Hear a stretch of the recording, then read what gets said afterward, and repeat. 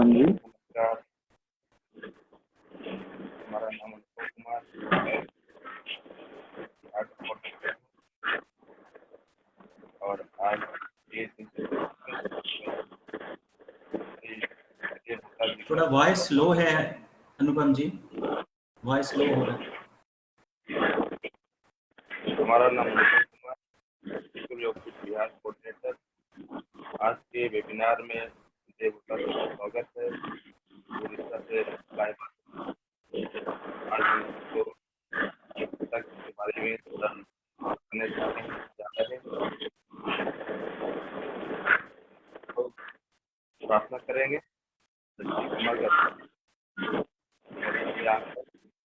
हाथ दोनों नाम मुद्रा में जोड़ लेना है।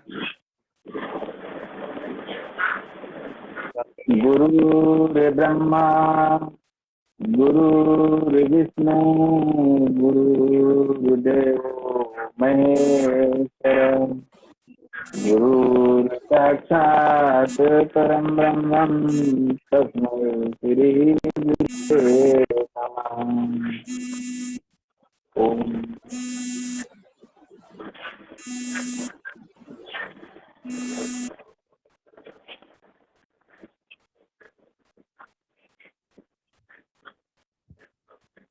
बहुत बहुत धन्यवाद, सुस्वागतम।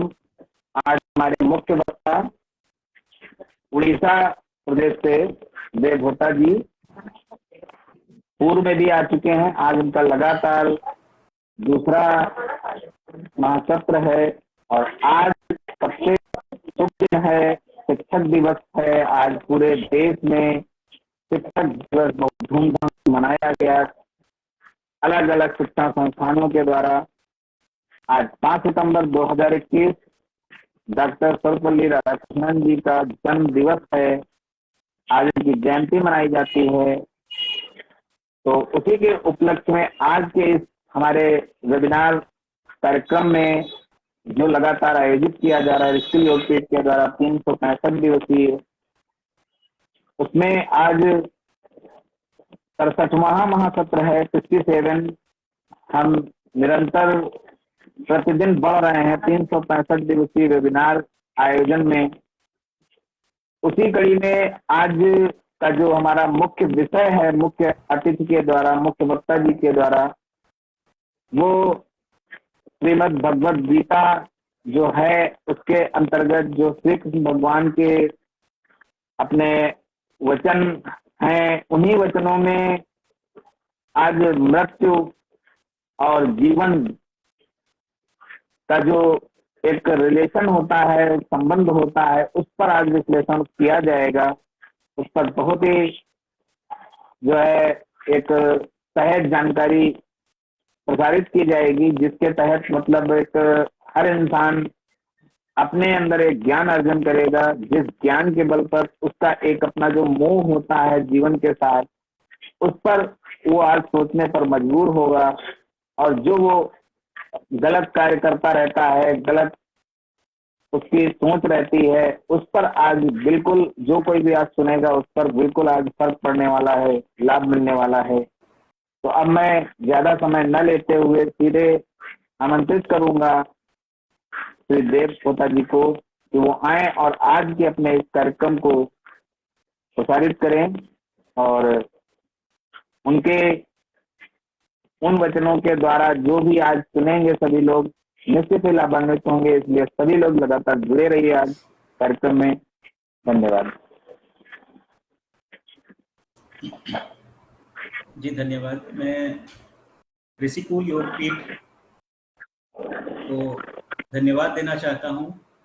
उनका जो ये प्रोग्राम 365 दिन का है, ये बहुत ही सुंदर एक प्लेटफॉर्म है जिसमें नॉलेज शेयर किया जा रहा है 365 दिन। तो एक सुंदर आयोजन है, उसके लिए मैं ऋषिकुल योगपीठ को धन्यवाद देना चाहता हूँ। और बाकी आज गुरु दिवस है। आज पूरे भारत में ये दिन को गुरु दिवस के हिसाब से माना जाता है। तो आज मेरा सौभाग्य है कि मुझे जगत गुरु श्री कृष्ण भगवान जी का जो ज्ञान रहा है गीता में, उस ज्ञान से कुछ पंक्तियां हम लोग विश्लेषण करेंगे। मृत्यु और इमॉर्टैलिटी के बारे में।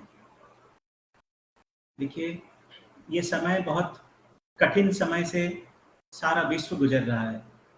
एक महामारी, एक पैंडेमिक काफी सारा जीवन लेके चला गया है, और तीसरे लहर के बारे में भी कुछ लोग बोल रहे हैं। तो इस कॉन्टेक्स्ट में मृत्यु का ज्ञान, जीवन का ज्ञान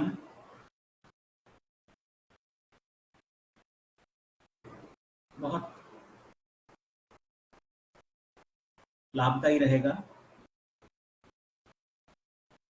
और एक चीज़ ये है कि बहुत सारे चीज़ हम लोग सुनते हैं, बाकी उसका लाभ हम लोग उठा नहीं पाते हैं बहुत समय में। ये इसलिए होता है कि हम लोग का माइंड में दूसरा कुछ चीज़ भरा रहता है। तो कोई चीज़, कोई ज्ञान हम लोग सुनने से पहले अपने आप को खाली कर देना बहुत ज़रूरी है। पहले अपने आप को खाली कर दें, और ये सही है, ये गलत है, इसका विश्लेषण ना करें। ये ज्ञान को एक बार सुनने के बाद उसको कैसे जीवन में आप अप्लाई कर सकते हैं, उसको आपको देखना है। और एक दूसरा चीज़ ये भी रहता है कि ज्ञान हम लोग अप्लाई बहुत समय में इसलिए नहीं कर पाते हैं क्योंकि हम लोग को बहुत सारा ज्ञान थियोरिटिकल लगता है।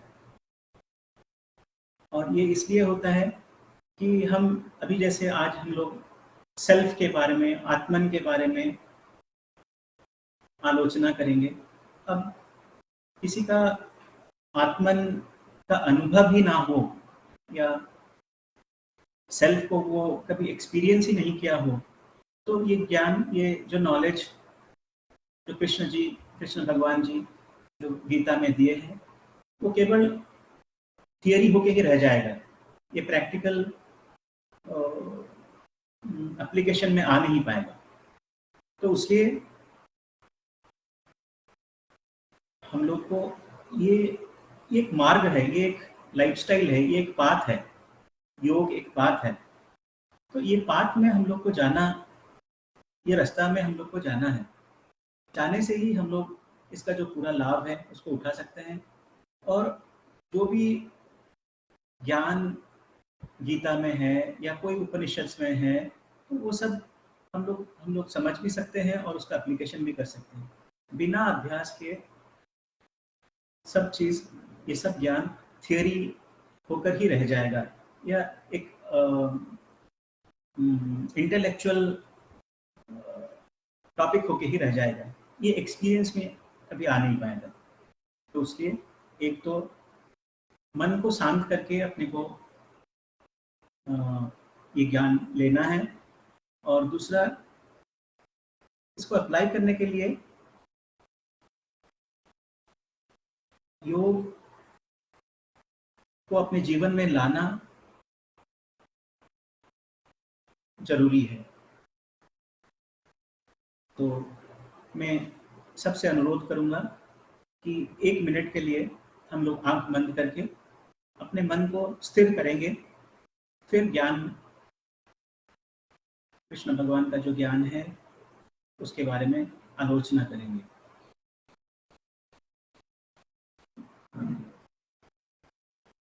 सीधा बैठ जाएं,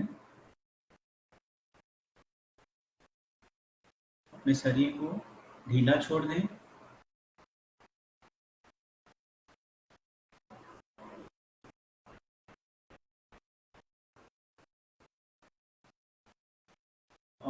अपने ब्रीदिंग के ऊपर फोकस करें।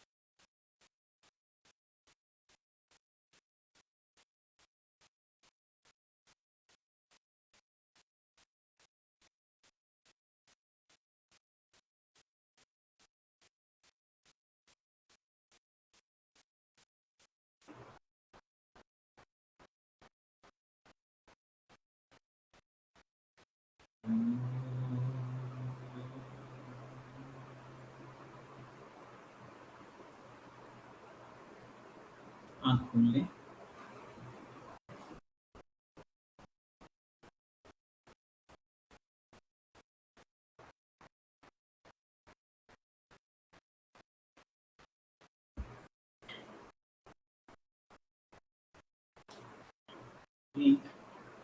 भगवत गीता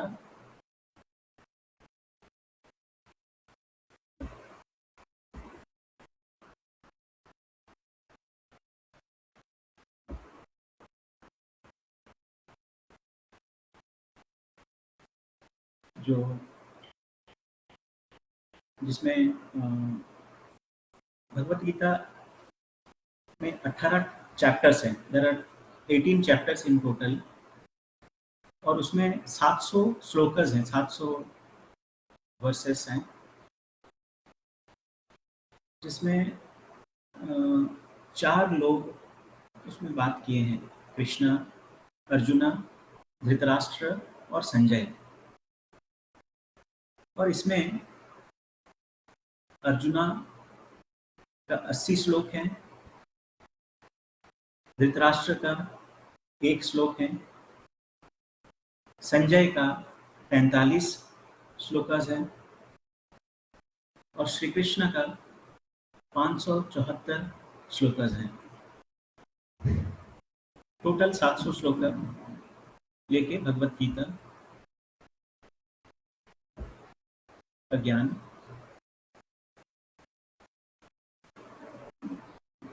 सारे पृथ्वी के लिए जगत गुरु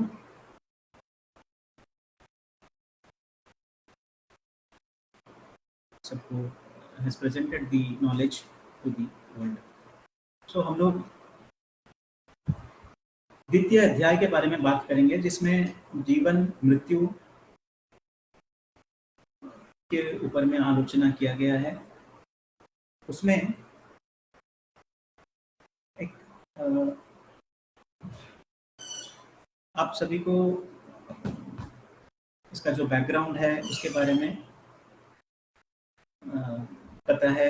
अर्जुना, कौरव और पांडव के बीच में लड़ाई है, और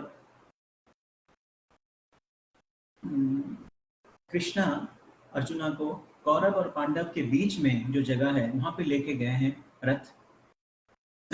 और अभी ऐसा है कि अर्जुना सभी अपने गुरु और भाई और दूसरे परिवार के लोगों को देख के वो विचलित हो गए हैं, विषाद में चले गए हैं। और तभी अर्जुना को समझाने के लिए श्री भगवान Shri Krishna ji has started sharing the knowledge from shloka 11 onwards. तो उसमें 11वां जो श्लोक है वो ऐसा है, असुचानन वशोचस्त्वं प्रज्ञाबादांश्च भाससे गतासु न गतासुंश्च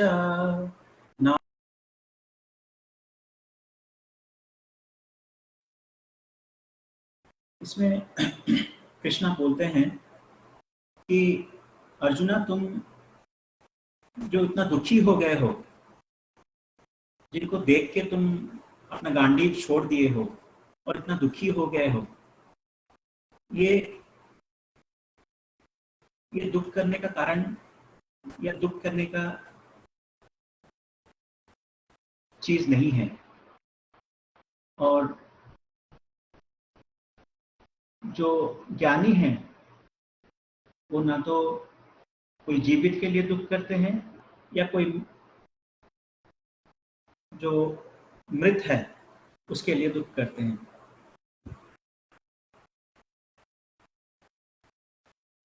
यहाँ से गीता का फिलॉसफी शुरू होता है और उसमें कृष्णा ये बोल रहे हैं अर्जुना को कि जो सेल्फ है वो सेल्फ का नॉलेज होना सबके लिए बहुत जरूरी है। जो सेल्फ को पहचाना है, जो अपने आत्मन को पहचाना है, वो जानता है कि वो आत्मन ना तो कभी जन्म हुआ है ना उसका कभी मृत्यु है। तो अभी हर मनुष्य अपना जो आइडेंटिटी है, अभी हम लोग अपने आप को अपना नाम से पहचानते हैं, अपना घर से पहचानते हैं, परिवार से पहचानते हैं, या उसी से हम लोग अटैच होकर रहते हैं। बाकी अपना जो रियल नेचर है वो रियल नेचर कुछ दूसरा है।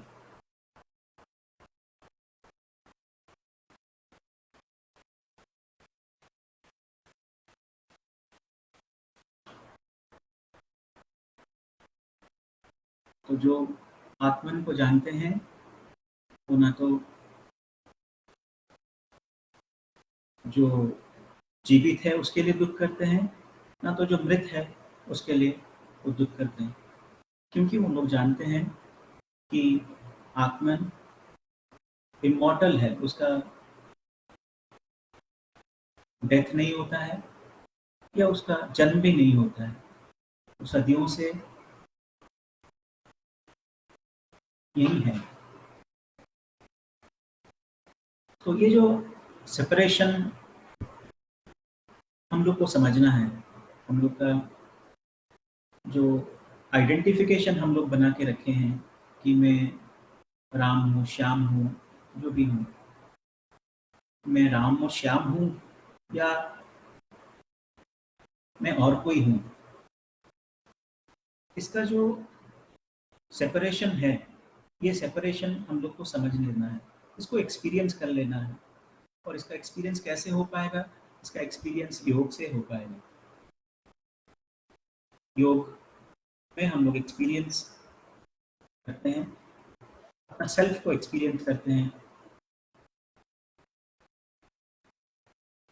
तो इसलिए ये इसमें ये 11वां वर्ष में भगवान बोलते हैं कि तुमको इसमें दुखी नहीं होना है, और तुम जो ये ज्ञान की बातें कर रहे हो, ये ज्ञान, इसमें ये तुम खाली बात कर रहे हो, इसमें तुम समझते नहीं हो, जो रियल नॉलेज है उसको तुम समझे नहीं हो। ये इनको 11वां वर्ष में श्री कृष्णा जी यही समझाते हैं।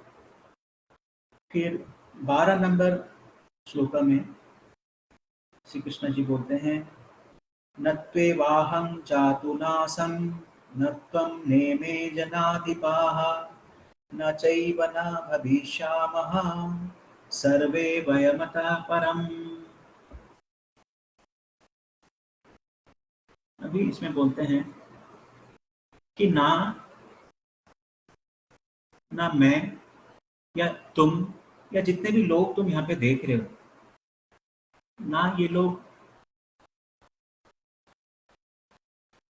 कभी नहीं थे या कभी आगे भी नहीं रहेंगे, ऐसा नहीं है। ये सब तुम, मैं, तुम और जितने भी लोग तुम देख रहे हो, ये पहले भी थे और आगे भी रहेंगे। सो लॉर्ड कृष्णा यहाँ पे इमॉर्टैलिटी का बात करते हैं, इमॉर्टैलिटी ऑफ सोल का बात करते हैं, जो कि इम्पेरिसेबल है। जो आत्मन है वो इम्पेरिसेबल है।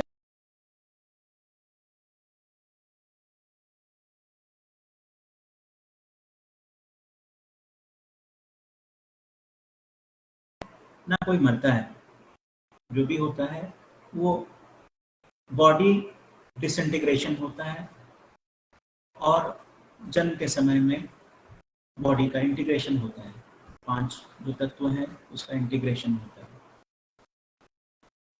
फिर आगे 13 श्लोका में हम लोग 11 से लेके 30 तक श्लोका जिसमें जीवन मृत्यु के बारे में बोला गया है, उसके बारे में हम लोग आलोचना करेंगे। एक आध उसमें छोड़ देना है, बाकी मेजर हम लोग 30 तक करेंगे और फिर उसको समराइज भी करेंगे। फिर 13 में कृष्ण भगवान बोलते हैं,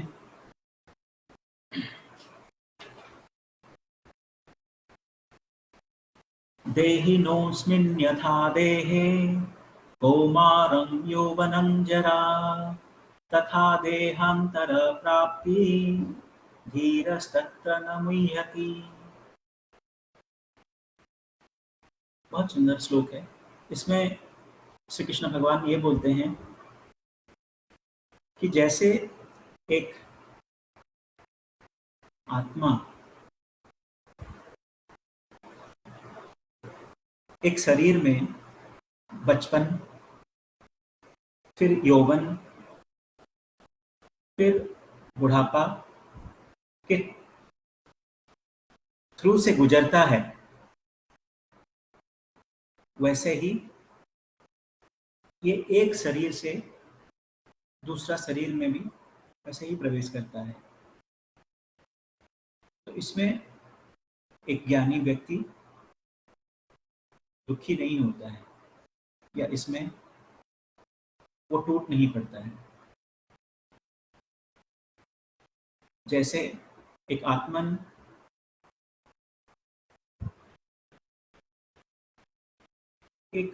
आप एक जीवन ले लें, किसी का एक जीवन ले लें, जो सेल्फ है या जो आत्मन है वो चाइल्डहुड में, फिर यूथ में, फिर ओल्ड एज में वही सेल्फ पास होके जा रहा है और फिर वही सेल्फ दूसरा बॉडी में भी जब ओल्ड एज हो जाता है, बॉडी और काम करने लायक नहीं रहता है, तो फिर वो एक दूसरा बॉडी में ऐसे ही स्मूथली, जैसे जितना स्मूथली वो चाइल्डहुड से यूथ में आया, फिर यूथ से ओल्ड एज में आया, वैसे ही उतना ही स्मूथ में वो ओल्ड एज से दूसरा एक बॉडी चाइल्डहुड में आया। तो इसमें ये एक फ्लो है, एक प्रवाह है, इसमें कोई दुख करने की बात है ही नहीं। फिर आगे 14 श्लोका में वो बोलते हैं, मात्रा स्पर्शास्तु कौन्तेय शीतस्न सुख दुःखदाः आगमापायिनो नित्या स्तं स्थितिक्षस्व भारत। इसमें ये बोलते हैं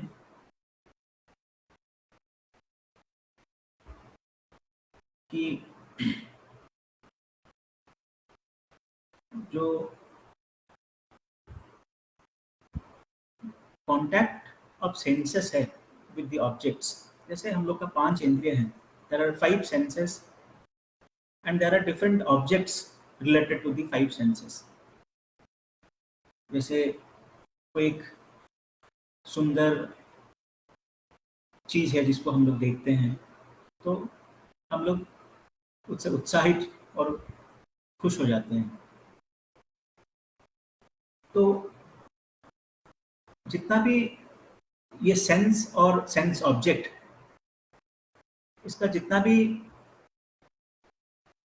एक्सपीरियंसेस है, सेंस और सेंस ऑब्जेक्ट का जो एक्सपीरियंस है, वो उसका एक आरंभ भी है और उसका एक समाप्ति भी है।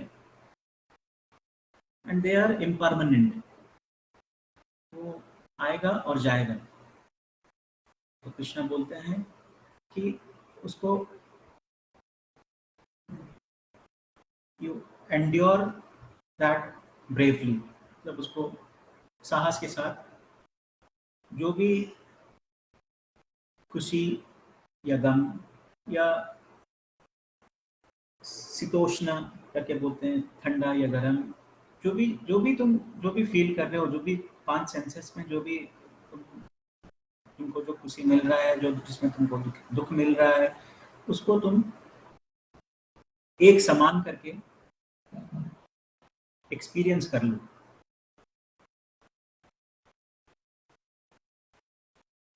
फिर नेक्स्ट श्लोक में ये बोलते हैं, यं हि न व्यथयन्त्येते पुरुषं पुरुषोऽर्षभा समदुःख सुखं धीरं सौमु तत्त्वाय कल्पते।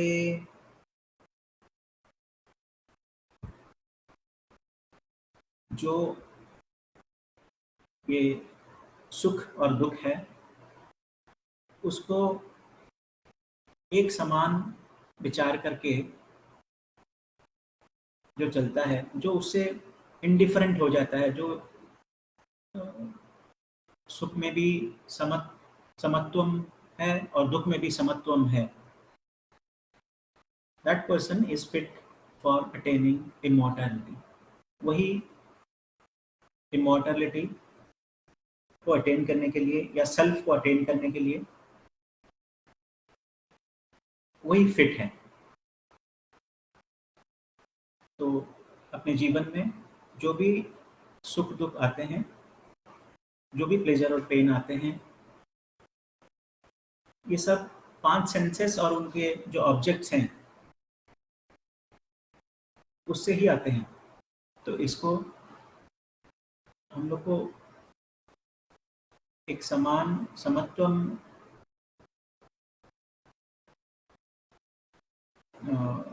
समानता से इसको एक्सपीरियंस कर लेना है।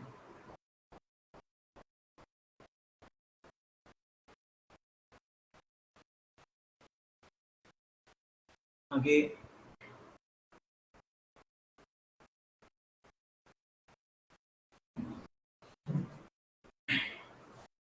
16 श्लोक में बोलते हैं, नासतो विद्यते भावो नाभावो विद्यते सतः उभयोरपि दृष्टोऽन्त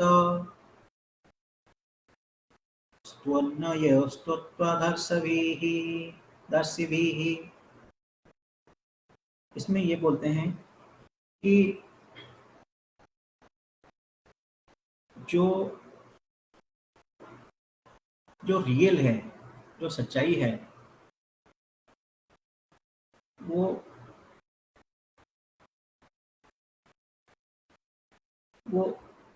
यहीं पे है, वो इमॉर्टल है। और जो अनरियल है, जो चेंजिंग है, वो जो चेंजिंग है वो अनरियल है। जो कांस्टेंट है, जो परमानेंट है, वो रियल है। अभी जो भी चीज़ चेंज हो रहा है, हमारा शरीर और ये जो जितना भी खुशी या सुख दुख जितना भी जीवन में आता है, वो सब अनरियल है। और जो कांस्टेंट है, जो परमानेंट है, वही रियल है। अपना आत्मन जो कि कांस्टेंट है, वही रियल है।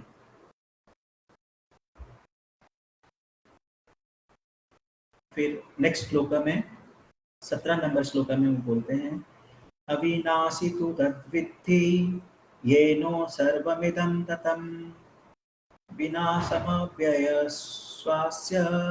न कश्चित् कर्तुमर्हति।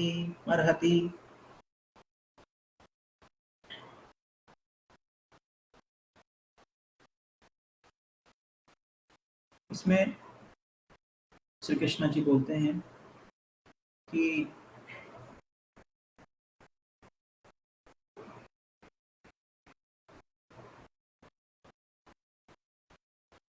जो आत्मन है उसका डिस्ट्रैक्शन, उसका क्षय कभी हो नहीं सकता है, उसका क्षय होता नहीं है, वो इम्पेरिसेबल है, वो नष्ट नहीं होता है। और ब्रह्मन या आत्मन ये it pervades all the objects like ether, चारों तरफ ये फैला हुआ है। ब्रह्मन और आत्मन हर चीज में फैला हुआ है। तो इवन इफ द बॉडी या ऑब्जेक्ट जो भी हम लोग देखते हैं वो पेरिस हो जाता है, वो नष्ट हो जाता है, पर जो ब्रह्मन या सेल्फ उसके अंदर है वो कभी पेरिश नहीं होता है, वो कभी नष्ट नहीं होता है। यही सत्य है, यही ट्रू है। जो आत्मन है वही ट्रू है, वही सत्य है।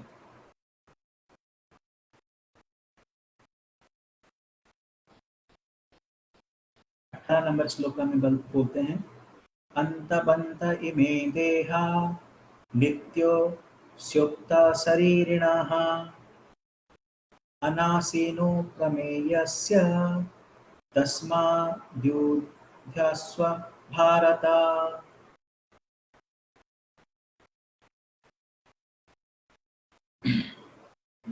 ये जितना भी बॉडी, जितना भी शरीर हम लोग देख रहे हैं उसके अंदर या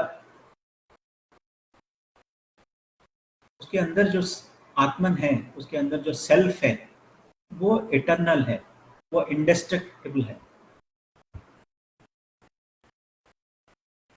शरीर का एक अंत है, किंतु जो सेल्फ है, जो आत्मन है, वो इटर्नल है, इंडिस्ट्रक्टिबल है, वो इमेजरेबल है।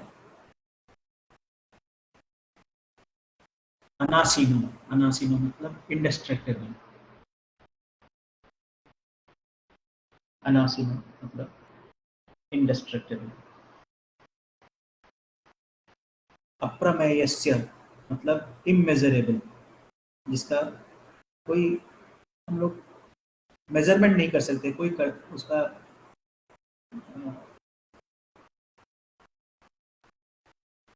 कैलकुलेशन हम लोग नहीं कर सकते।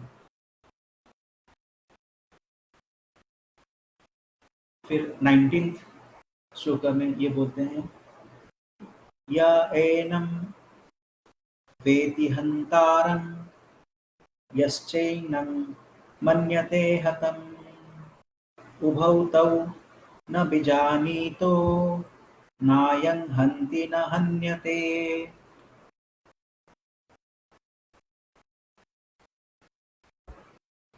इसमें ये बोलते हैं, जो कोई सोचता है कि ये आत्मन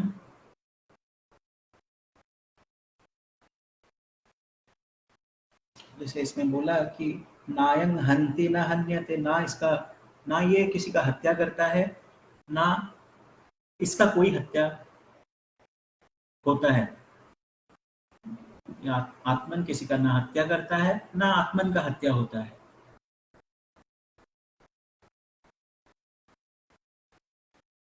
और जो भी ये सोचता है कि आत्मन का हत्या होता है, वो गलत सोचता है।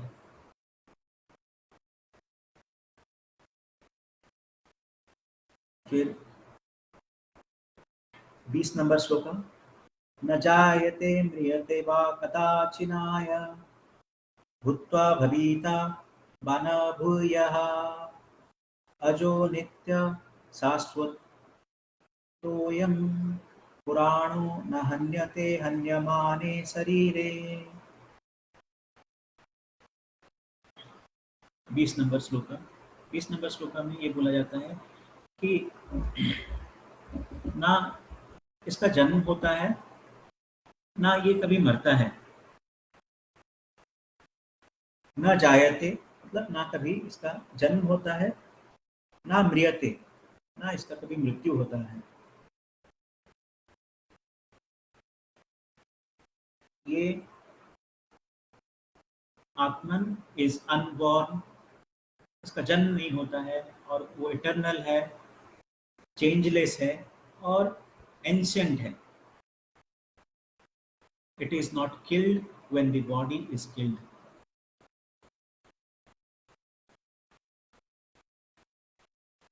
ये अखंड है, इसका ना कोई कभी इसमें कोई डिस्ट्रक्शन होता है, कोई क्षय होता है, ना ये बड़ा होता है, क्षय भी नहीं होता है या बड़ा भी नहीं होता। ये हर समय समान ही रहा है। और ये जीवन और मृत्यु जो बर्थ और डेथ है, वो this is for the physical body only. Birth and death can not touch the immortal all pervading soul. जो सोल है उसको मृत्यु कभी छू नहीं सकता है।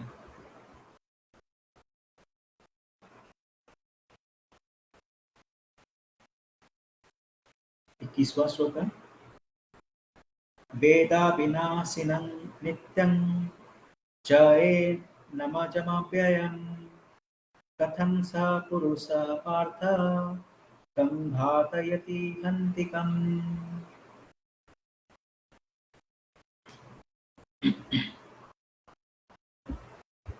इसमें कृष्णा बोलते हैं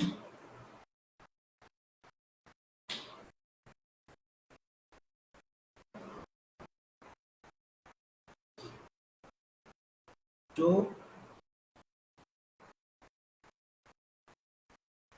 इसे जानता है कि ये इसका कभी मृत्यु नहीं होता है, इसका कोई क्षय नहीं होता है और ये इटर्नल है, इसका कोई टाइम लिमिट नहीं है, या इसका कोई कभी जन्म नहीं होता है या कोई कभी खत्म नहीं होता है, उसका मृत्यु कैसे हो सकता है? जो अपने आप को आत्मन समझ लिया है या एक्सपीरियंस कर लिया है, उसका कैसे मृत्यु हो सकता है? मृत्यु तो शरीर का है, मृत्यु आत्मन का तो नहीं है। तो जो आत्मन को रियलाइज कर लिया है थ्रू डिफरेंट पाथ्स, वो कभी मरता नहीं है, वो इमॉर्टल हो जाता है। हम लोग अपने आप को ये शरीर सोचते हैं, अपने आप को राम श्याम सोचते हैं, उसीलिए हमको मृत्यु का भय है। जब हम लोग समझ लेंगे कि हम लोग ये शरीर नहीं है और वो आत्मन है, तो ये जो मृत्यु का भय है ये भी अपने को रहेगा नहीं। ये जो भी लोग, दूसरे लोग कोरोना के समय में काफ़ी सारे फैमिलीज में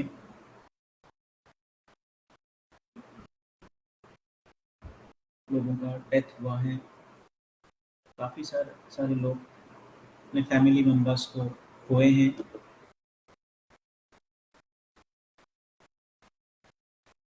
तो अभी यदि हम एक्सपीरियंस कर लें योग के माध्यम से कि हम लोग ये शरीर नहीं है, हम लोग वो सेल्फ हैं, वो सूक्ष्म आत्मन है। तो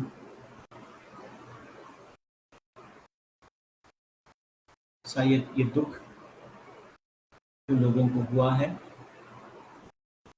वो काफी कम होता।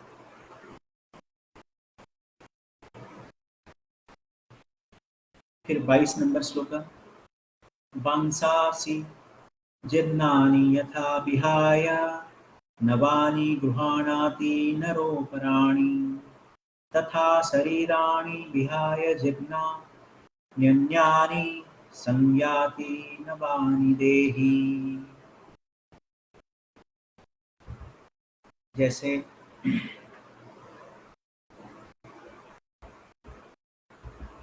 लोग अपने पुराने कपड़े जो फट गया है, जो नष्ट हो गया है, उसको उतार के फेंक देते हैं और नया कपड़ा पहन लेते हैं। वैसे ही एक आत्मा, एक आत्मन, एक सेल्फ जो शरीर और काम करने लायक नहीं है, उसको त्याग करके एक नया शरीर में प्रवेश करता है। जो जीर्णानि, जो वर्न आउट, जो नष्ट हो गया है, वो नवानि देही, नया शरीर में प्रवेश करता है।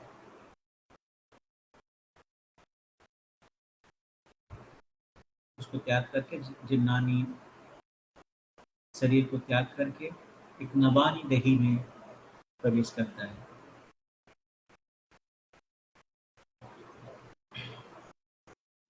ट्वेंटी-थर्ड वर्स,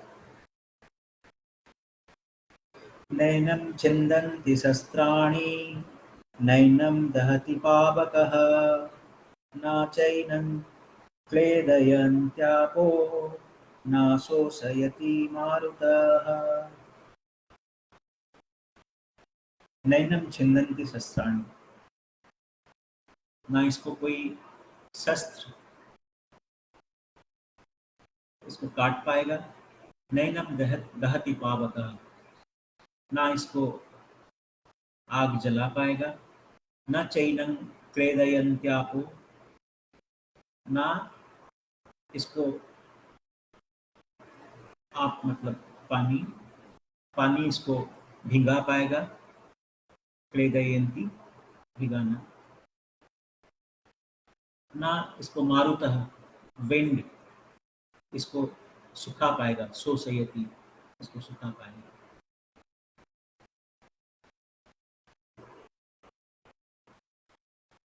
जो सेल्फ है, जो आत्मन है, वो एक्सट्रीमली सटल है, एक्सट्रीमली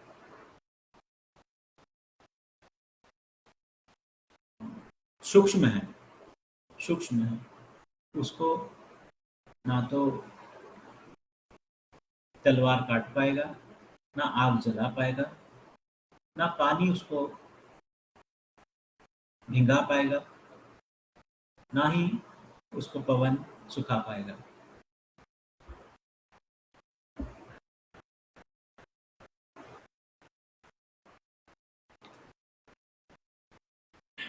ट्वेंटी-4th वर्स, अच्छेद्योय मदोह्ययम् अक्लेद्योषो क्षायव च नित्य सर्वगतः स्थाणुराचलोऽयं सनातनः।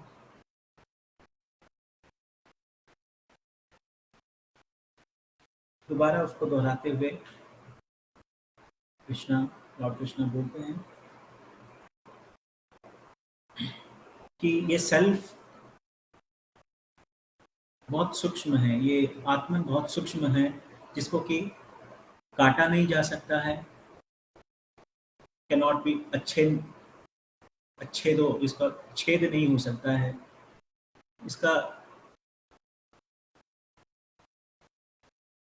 इसको जलाया नहीं जा सकता है, इसको भिगाया नहीं जा सकता है, इसको सुखाया नहीं जा सकता है।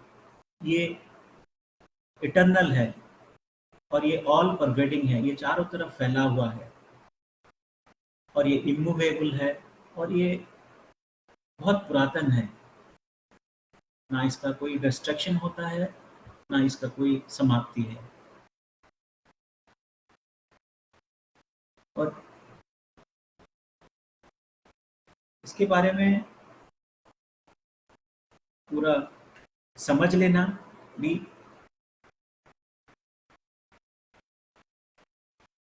मनुष्य के लिए पॉसिबल नहीं है।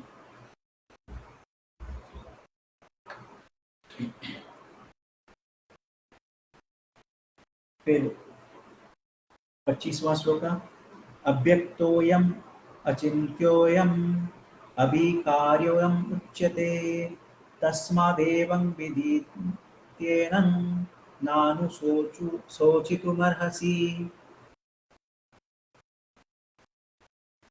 इसमें लॉर्ड कृष्णा बोलते हैं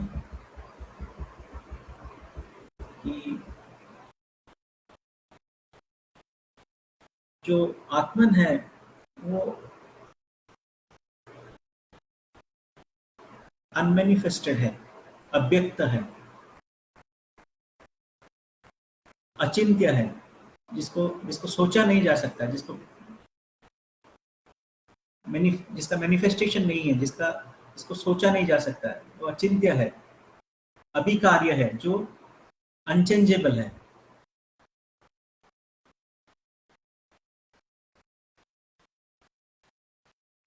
तो इसको समझ के, इसको जान के, ये सेल्फ को एक्सपीरियंस करके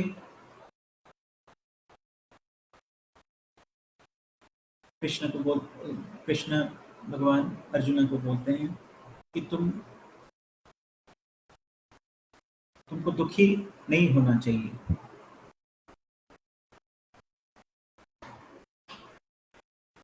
फिर आगे 26वां श्लोक में ये बोलते हैं कि अथ चैनं नित्यजातं नित्यं वा मन्यसे मृतं तथापि त्वं महाबाहो नैवं शोचितुमर्हसि।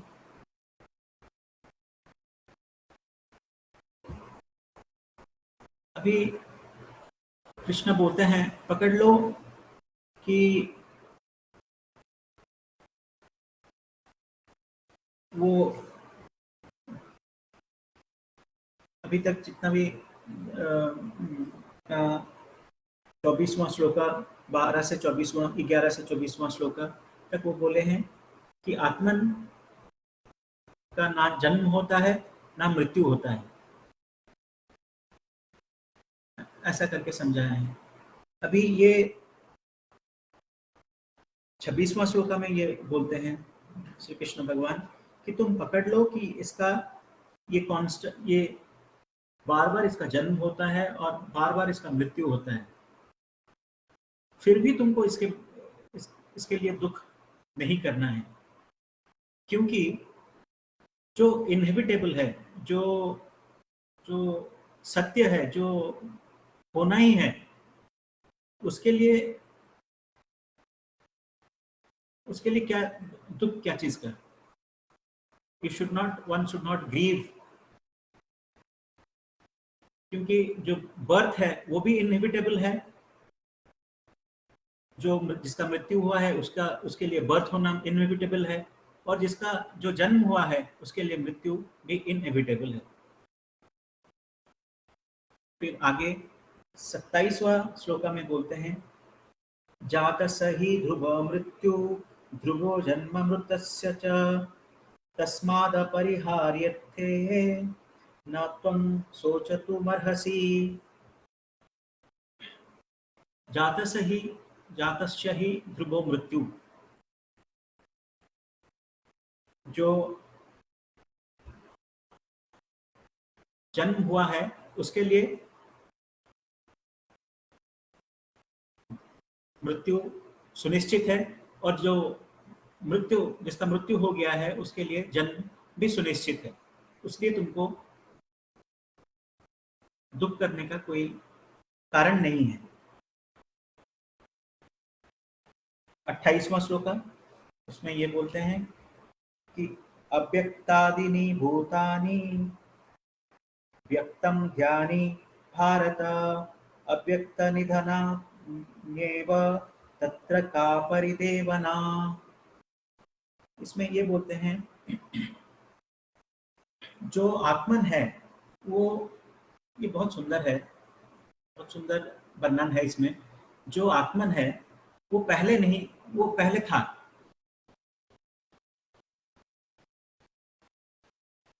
जिसका कोई मैनिफेस्टेशन नहीं था, जिसका कोई मतलब जो आत्मन था उसका कोई बॉडी नहीं था, वो फिर बॉडी में आया, बीच में वो बॉडी लेके आया, फिर एंड में वो फिर बॉडी त्याग करके फिर अनमैनिफेस्टेड या बॉडीलेस हो जा रहा है। तो ये जो आत्मन है, ये आत्मन, ये जीवन, ये आपका जो जीवन है, ये जीवन शुरू होने से पहले जो आत्मन था उसका कोई बॉडी नहीं था। फिर आप जन्म लिए तो आपका शरीर, आप वो आत्मन एक बॉडी को धारण किया, फिर एंड में जब किसी का मृत्यु हो जाता है तो तभी वो फिर से दोबारा अनमैनिफेस्टेड हो जाता है, वो फिर से बॉडीलेस हो जाता है। तो ये तो एक प्रोसेस है, उसके लिए इतना ये दुख करने का क्या कारण है? दुख क्यों करें?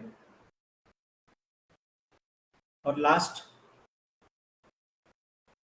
30th श्लोका जो है, 30th श्लोका, उसमें ये बोलते हैं देहि नित्यम बध्यायम देहे सर्वस्य भारत तस्मात् सर्वाणि भूतानि न त्वं शोचितुमर्हसि।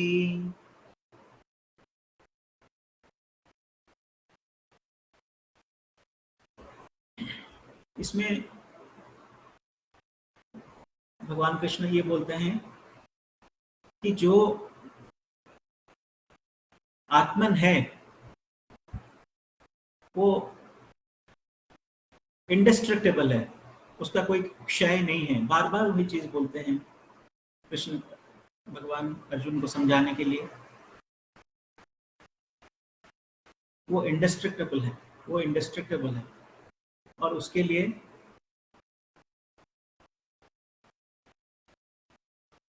तुमको दुख करने का कोई कारण नहीं है, या तुमको दुख करना नहीं चाहिए। जो भी लॉर्ड कृष्णा बताते हैं कि तुम्हारे सामने भीष्म पितामह है, तुम्हारे गुरु द्रोण है, ये सब पहले भी थे और ये युद्ध के बाद भी रहेंगे। बाकी इनका शरीर रहे चाहे नहीं रहे, तो इसलिए तुम दुख मत करो। और जो तुम्हारा धर्म है, जो तुम्हारा धर्म, तुम क्षत्रिय हो, तुम्हारा जो धर्म है वो धर्म तुम करो। ये बात कृष्ण भगवान अर्जुन को समझाते हैं। तो इसमें चार बातें मोटा मोटी आगे आता है। एक तो ये कि जो आत्मन है वो बचपन से जैसे बुढ़ापे में आता है, एक बॉडी बचपन चाइल्डहुड को एक्सपीरियंस करता है, फिर यूथ को एक्सपीरियंस करता है, फिर बुढ़ापे को एक्सपीरियंस करता है, वैसे ही वही सेम आत्मन दूसरा एक बॉडी को एक्सपीरियंस करता है। ये एक समझ अपने को मिलता है। ये 13 श्लोका नंबर 13, 22, 28 में इसके बारे में से यही चीज अपने को समझ में आता है। फिर और एक कॉन्सेप्ट ये श्लोक में बताया गया है कि जो फिजिकल बॉडी है, इसका जो एक्सपीरियंस है वो ना तो इटर्नल है ना ही रियल है, ना ये इसका एक आरंभ है और इसका एक समाप्ति है, और ये रियल नहीं है। इसलिए रियल नहीं है क्योंकि इसका आरंभ है और समाप्ति है। ये इटर्नल नहीं है, इसलिए ये रियल नहीं है। जो इटर्नल है वही रियल है, ये बोला गया है इस श्लोक में। तो 14 नंबर श्लोका जो है, 16 नंबर श्लोका, 18 नंबर श्लोका में ये कॉन्सेप्ट कृष्ण भगवान जी अर्जुन को दिए हैं। फिर एक तीसरा बात वो बताए हैं कि जो आत्मन है वो अनपेरिशेबल है, या चेंजलेस है, या इटर्नल है। 17 number shloka, 20 number shloka, 23 number shloka, 24 number shloka, 30 number shloka, ये सब में वही बात बोले हैं, बार बार समझाए हैं कि ये जो आत्मन है, ये आत्मन इंडेस्ट्रक्टेबल है। ये ना तो इसका कोई क्षय होता है, ना इसका मृत्यु होता है, ना इसका जन्म होता है। तो ये यही बात, एक ही बात बार बार उनको समझाए हैं। और लास्ट में उनको और एक ऑप्शन दिए हैं कि तुम यदि सोचते भी हो कि ये आत्मन का जन्म भी होता है या मृत्यु भी होता है, तब भी ठीक है। Even if the self dies and born again, why to grieve over the inevitable? जो सत्य है उसके लिए तुमको क्यों उसके लिए दुख करने का क्या है? अब तुमको पता है कि नहीं, ये जो आत्मन है इसका मृत्यु है, इसका जन्म है, मृत्यु होगा, फिर जन्म होगा, फिर से मृत्यु होगा, फिर से जन्म होगा, ये साइकिल चलता रहेगा। तो तब भी यदि तुम ऐसा भी समझते हो, तब भी तुमको दुख नहीं करना है। तो ये जो ज्ञान, ये जो 4 बातें ओवरऑल भगवान कृष्णा बताए हैं अर्जुना को, और जिससे कि हम लोग ज्ञान लेना चाहते हैं, ये ज्ञान मैं जैसे आपको शुरुआत में बताया था कि ये ज्ञान हम लोग तभी समझ पाएंगे या एक्सपीरियंस कर पाएंगे जब हम सेल्फ को या आत्मन को अनुभव किए होंगे। तो जो आसन, प्राणायाम, ध्यान, धारणा, ध्यान, समाधि, इसका जो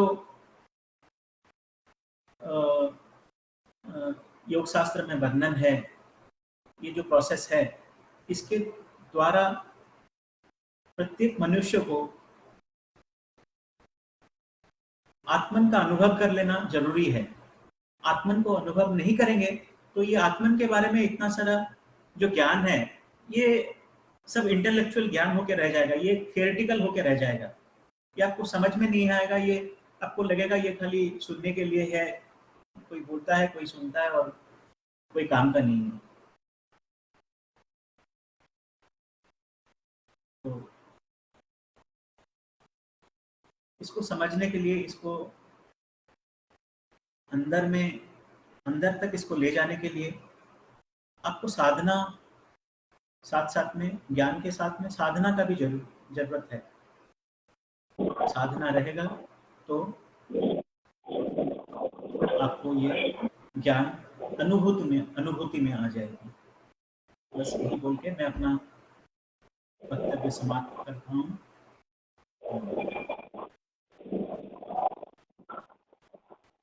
शुक्ला जी, आप कौन बोल रहे हैं आगे? जी बिल्कुल, बहुत बहुत धन्यवाद।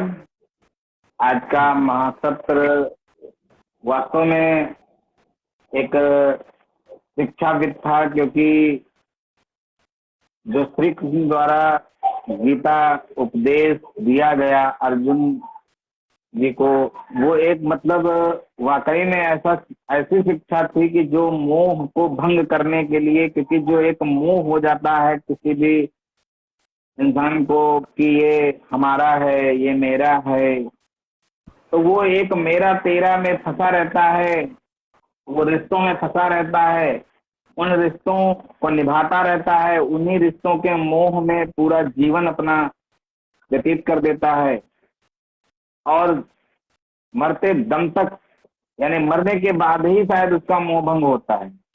लेकिन वहां पर उन्होंने साक्षात मतलब श्री कृष्ण भगवान ने एक अपना ज्ञान दे करके श्री कृष्ण को बताया कि जिनको तू मारने जा रहा है वो तो पहले से मरे हुए हैं। उन्हें इस तरीके से मतलब एक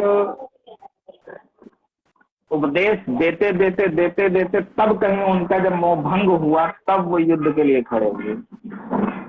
और वहां पर उनका कहना बस था कि केवल धर्म का नाश करना है, क्योंकि जो अधर्म अधर्म का नाश करना है, जो अधर्म इतना हो रहा था, इस वजह से उसे समापन करने के लिए उन्होंने उन लोगों को चुना कि आपको इन्हें मारना ही होगा। तो इस तरीके से, और दूसरा पूरा गीता अगर पढ़ा जाए तो 18 अध्याय हैं और हर अध्याय में ऐसी ऐसी विशिष्ट जानकारियां हैं कि पूरे जीवन भर जीवन जीने के लिए हर सफलता का सूत्र, सफलता का मंत्र है इस गीता में जो है। और लोग सब कुछ करते हैं, सारा जानते भी हैं, लेकिन फिर भी वो इस भ्रम में रहते हैं कि जो कुछ है हमारा है, हमें इसे लेना है। उसके लिए वो धोखाधड़ी भी करते हैं, हर तरीके से भ्रष्टाचार करते हैं, सब कुछ करेंगे। और उन्हें भी पता है कि हमने जन्म लिया है तो मेरी मृत्यु निश्चित है। और मृत्यु भी ये भी नहीं है कि वो अटल है या मैं अमर हूं। वो आज आप बात कर रहे हैं और उसकी मृत्यु कल भी हो सकती है। इस तरीके मतलब एक सब कुछ पता होने के बावजूद लोग गंदे कर्म कर रहे हैं। तो ये ज्ञान बिल्कुल सभी को ग्रहण करना चाहिए, अमल करना चाहिए कि आपके द्वारा किया गया हर कर्म, अगर वो बुरा कर्म है तो उसका प्रतिफल भी आपको बुरा ही मिलेगा, कहीं ना कहीं से आपको उसका भुगतान करना ही होगा। और अगर आपका कर्म अच्छा है तो उस अच्छे कर्म का भी प्रतिफल मिलेगा, और वो अच्छा प्रतिफल मिलेगा, वो आपके लिए हरदम सार्थक होगा। तो इस तरीके से मतलब उस ज्ञान को तो नकारा ही नहीं जा सकता है। और ये आज के इस शिक्षक दिवस पर बहुत ही बढ़िया महासत्र देवभूता जी के द्वारा मैं उनका तहे दिल से धन्यवाद करता हूँ। अपने द्वारा स्वयं और ऋषिकुल योगपीठ परिवार के द्वारा कि आप आज हमारे ऋषिकुल योगपीठ प्रांगण में दोबारा उपस्थित हुए, अपना बहुमूल्य समय दिया, क्योंकि आपकी भी जीवनी व्यस्ततम है, लगातार आप भी व्यस्त रहने वालों में हैं, कई ऐसे सोशल वर्क कर रहे हैं, जीवन यापन के लिए कार्य कर रहे हैं। तो एक कहीं ना कहीं व्यस्ततम में अगर इस तरह समाज के लिए समय निकाला जाए, ये बहुत बड़ी बात है। और अब मैं कार्यक्रम के आज विराम की तरफ बढ़ूंगा। उसके लिए हम सभी लोग शांति पाठ करेंगे, हाथ जोड़कर कमर गर्दन सीधी करते हुए। ओम भूर्भुवः स्वः तत्सवितुर्वरेण्यं भर्गो देवस्य धीमहि धियो यो नः प्रचोदयात्। ओम भूर्भुवः स्वः तत्सवितुर्वरेण्यं भर्गो देवस्य धीमहि धियो यो नः प्रचोदयात्। ओम भूर्भुवः स्वः तत्सवितुर्वरेण्यं भर्गो देवस्य धीमहि धियो यो नः प्रचोदयात्। ओम शांति शांति शांति।